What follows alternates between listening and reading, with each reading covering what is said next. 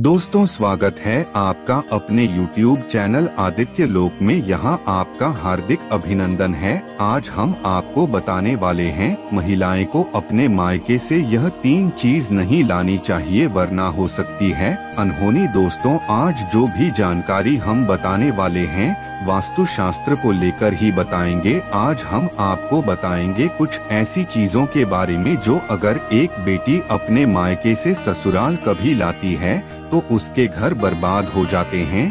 लेकिन उससे पहले जानते हैं कि ऐसी गलतियों के बारे में जो अगर आपके घर में कभी भी मौजूद है तो इन्हें तुरंत सुधरे वरना हो सकती है गृह क्लेश। दोस्तों, अपने वास्तुशास्त्र के बारे में सुना होगा। ऐसा कहा जाता है अगर आपका वस्तु खराब हो तो कोई काम सही नहीं होता। भगवान कहते हैं कि जो व्यक्ति अच्छे और सच्चे मन से मेरी पूजा करता है उसको मैं सदैव स्वीकार करता हूँ, उसकी हर मनोकामना को पूरा करता हूँ। दोस्तों, मैं आप लोग से अनुरोध करता हूँ कि अगर आप वीडियो को देख रहे हैं तो वीडियो को पूरा देखें। हम महिलाओं से विनती करते हैं कि आज की यह 3 चीज की जानकारी होनी आपके लिए बहुत जरूरी है। धार्मिक शास्त्रों के अनुसार विवाहित महिलाओं के लिए सारे नियम बताए गए हैं। ससुराल से मायके जाने का सही समय भी उल्लेख किया गया है। मायके कब जाना शुभ होता है और कब जाने से हानि होती है। महिलाओं का संबंध शुक्र ग्रह से भी होता है, इसीलिए महिलाओं की कुंडली में शुक्र ग्रह का मजबूत होना बहुत जरूरी है। यदि आप ससुराल से मायके जा रही है तो आपको इस बात का विशेष ध्यान रखना चाहिए कि आप किस दिन यात्रा कर रही हैं। बुध और शनि का शुक्र के साथ अच्छा संबंध माना जाता है, यानी कि दोनों ही शुक्र के मित्र ग्रह माने जाते हैं। इसलिए महिलाओं को मायके से ससुराल बुध या शनिवार के दिन ही जाना अच्छा माना जाता है। आप शुक्रवार के दिन भी जा सकते हैं। इस दिन मायके से ससुराल जाना शुभ माना जाता है। अगर आप इस दिन मायके से ससुराल जाती है तो आपको सुख की प्राप्ति होती है और उसकी सभी प्रकार की इच्छा पूर्ण होती है। महिलाओं को 9वीं के दिन मायके से ससुराल नहीं जाना चाहिए। ज्योतिष शास्त्र के अनुसार चतुर्थी और अष्टमी के दिन मायके से ससुराल जाना शुभ माना जाता है। इसलिए काफी महिलाएं इस दिन मायके से ससुराल जाती हैं। लेकिन ससुराल से मायके जाने में 9वीं का दिन शुभ माना जाता है। अगर आप चतुर्थी या अष्टमी के दिन मायके से ससुराल जाते हैं तो आपको 5 दिन अधिक समय बिताकर वहीं पर रहना चाहिए और 9वीं के दिन मायके ससुराल जाना चाहिए। इसके अलावा आप पूर्णिमा या एकादशी के दिन भी मायके से ससुराल जा सकती हैं। यह दिन भी मायके से ससुराल जाने के लिए शुभ माने जाते हैं। यदि आप इन बातों का ध्यान रखती हैं तो मायके और ससुराल दोनों ही धन धान्य से भरे हुए रहेंगे।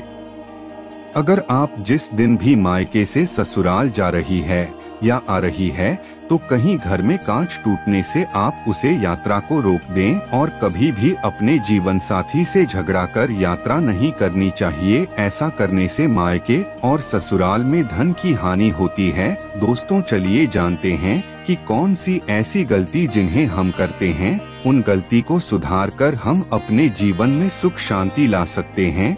घर के बेडरूम में वास्तु दोष होने से नकारात्मक ऊर्जा उत्पन्न होती है जिससे पति पत्नी के बीच तनाव रहता है। वास्तु शास्त्र के अनुसार बेडरूम से संबंधित कुछ बातों का ध्यान रखकर घर में पॉजिटिव एनर्जी आ सकती है।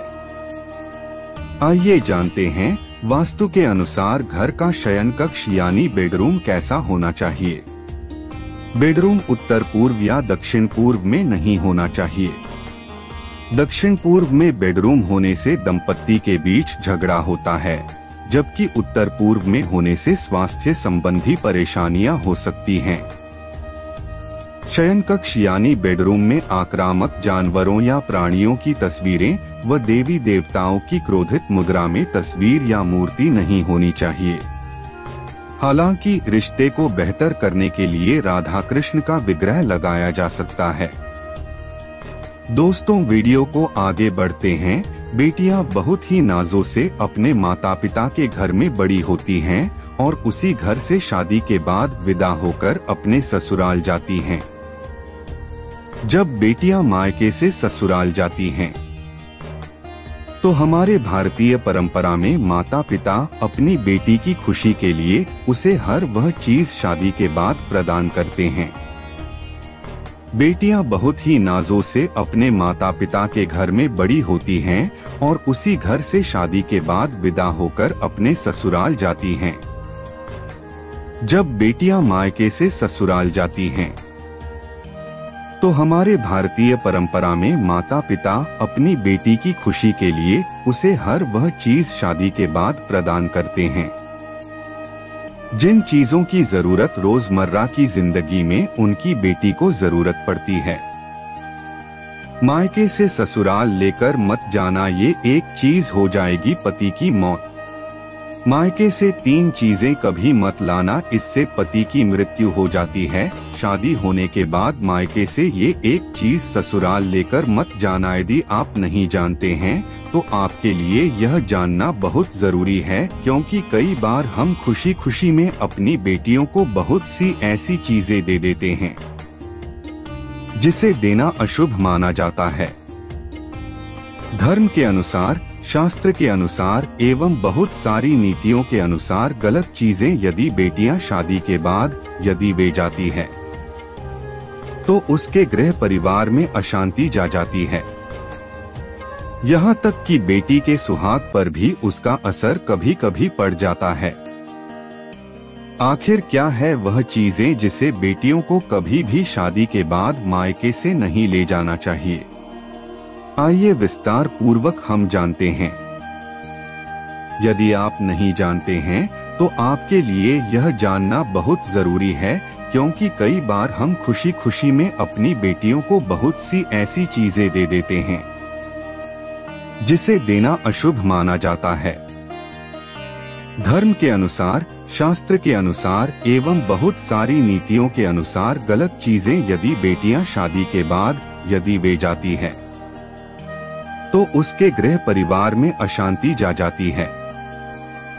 यहाँ तक कि बेटी के सुहाग पर भी उसका असर कभी कभी पड़ जाता है।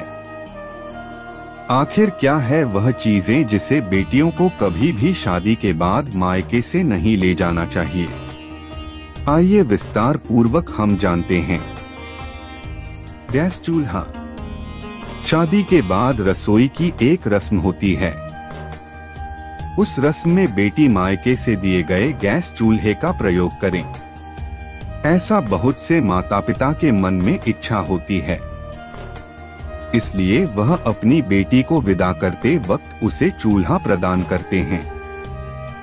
लेकिन ऐसा बिल्कुल भी नहीं करना चाहिए।